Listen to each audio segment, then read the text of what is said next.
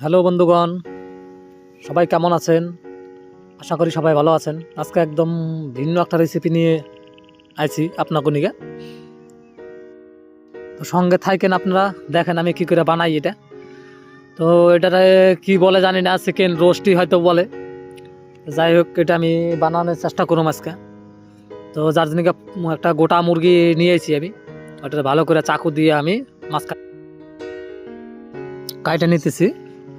তো সঙ্গে থাকেন আপনারা, দেখেন আমি এটা কী করে বানাই। তো এটা বানাইতে খুব একটা খাটনির বিষয় না, এটার মধ্যে কড়াইও দরকার খুব কম পড়ে। তো এটা একদমই শর্টকাট রান্নাটা। ফাটাই দেওয়ার কারণটা হচ্ছে এটা ভিতরে জানি মশলাগুলো ভালো করে ঢুকে।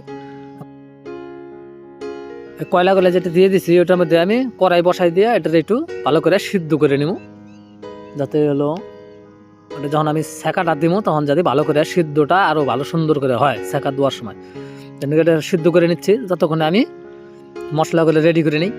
এর মধ্যে পেঁয়াজ টমেটো এগুলো দিয়ে আমি একটা মিক্সারে ভালো করে সুন্দর করে বানাই। এদিকে আমার কিন্তু এটা সিদ্ধ হয়ে গেছে।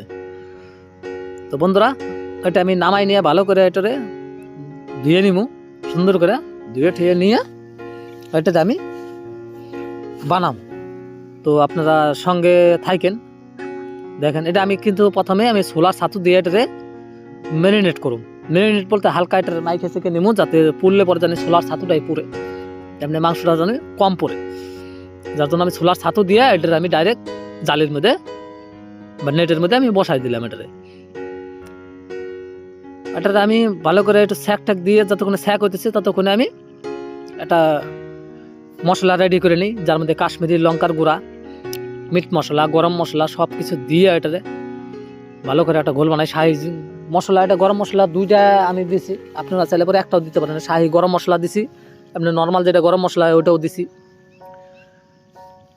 এটা গোলমরিচের গুঁড়াও দিছি, অনেক কিছু মশলা দিয়ে এটাতে আমি ভালো করে সর্ষের তেল দিয়ে সুন্দর করে এটা একটা আমি লিকুইডের মতো বানাই নেব, পেস্ট, যেটা পেস্ট কয়। যাই হোক, হলদি পাউডার দিয়ে দিছি, লবণ টবণ দিয়ে এটা ভালো করে বানাই নিয়ে এটা দিয়ে আমি সুন্দর করে বানাবো। লাস্টে আরেকটা সিক্রেট মশলা দিব।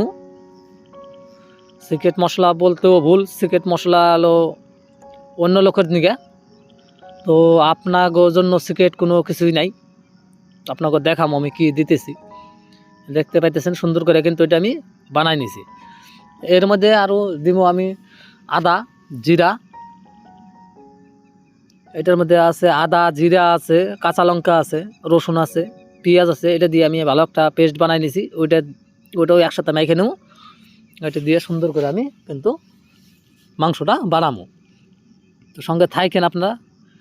তো দেখতে পাইতেছেন আমি কিন্তু এটা আগেই বসাই দিয়েছিলাম। এক সাইড কিন্তু আমার মোটামুটি হয়ে গেছে, তো উল্টা সাইড ঘুরাই দিছি। তো এখানে আমি এই মশলাগুলা ব্রাশ দিয়ে, রঙের যে নর্মাল ব্রাশ হয় এই ব্রাশ দিয়ে সুন্দর করে আমি এটাতে মশলাগুলা লাগাই দিমু ভালো করে। এটা ঘোরায় ভালো করে বানাইতে লাগবো, একটু সময় নিয়ে বানাইতে লাগবো। তাড়াহুড়া থাকলে কিন্তু বন্ধুরা এটার কাজ বেশি, তাড়াহুড়া থাকলে পরে কাঁচা থেকে যাবো, খাইতে ভালো লাগবো না। এটা একটু সময় নিয়ে রান্না লাগবো, ধৈর্য সহ্যের ব্যাপার আছে।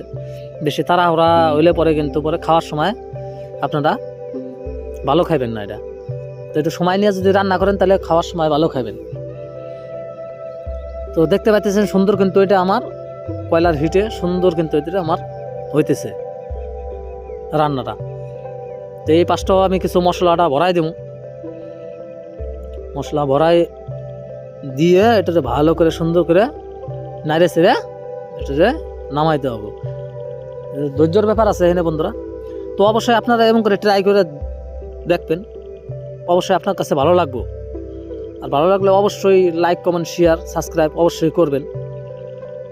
তো আশা করি অবশ্যই ভালো লাগবে।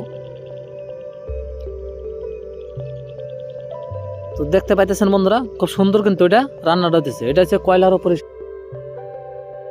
খুব সুন্দর কিন্তু বন্ধুরা এটা আমার হয়ে গেছে। এখন আমি এটার মধ্যে হালকা করে বাটার ভরাই দেবো। বাটার ভরাই দিয়ে এটারে নামাই নেব। তো অবশ্যই আপনারা ট্রাই করে দেখবেন, অবশ্যই আপনার কাছে ভালো লাগবে।